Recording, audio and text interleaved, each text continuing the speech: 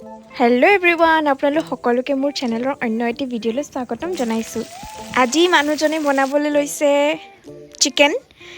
ভাবিলোঁ অকণমান ৰেকৰ্ড কৰোঁ আৰু আপোনালোকক দেখাওঁ। কি বনাই আছা?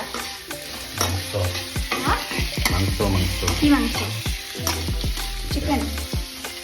মাংস বনাবলৈতো সকলোৱে জানে, কিন্তু সকলোৰে বনোৱাৰ ষ্টাইলবোৰ বেলেগ বেলেগ। প্ৰথমে তেওঁ এনেকৈ পিঁয়াজখিনি ভাজিলোঁ, তাতে নিমখ, হালধি, জিৰা দি পেলাই এনেকৈ ভাজি ল'লে অলপ টাইম।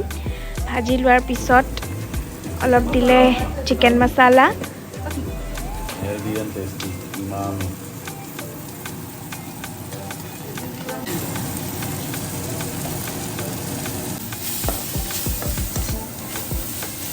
এয়া পূৰা ভাজি আছে, একদম হেতা লৰাই লৰাই।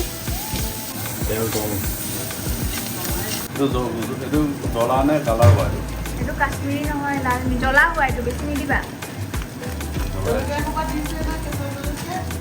তাৰ লগে লগে এইফালে অ'ভেনতো কেইটুকুৰমান মানে চিকেন অ'ভেনতো দিলে।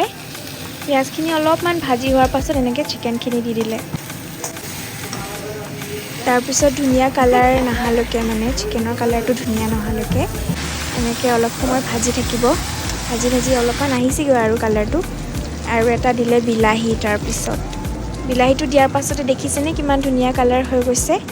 আৰু এইফালে অ'ভেনত দিয়া চিকেন পূৰা ৰেডি হৈ গৈছে। ইয়াতে চাট মছলা, পিঁয়াজ, ধনিয়া, জলকীয়া দি পেলাই পূৰা বনাই আছে আৰু। তাৰপিছত দি দিলে পানী। পানী দি পেলাই আৰু বেছি দিয়া নাই মানে পানী, যিহেতু দালি বনাইছে, এনেই গ্ৰেভি টাইপ বনাইছে আৰু। চ' আজিৰ ভিডিঅ'টো ইমানেই আছিলে। বাই।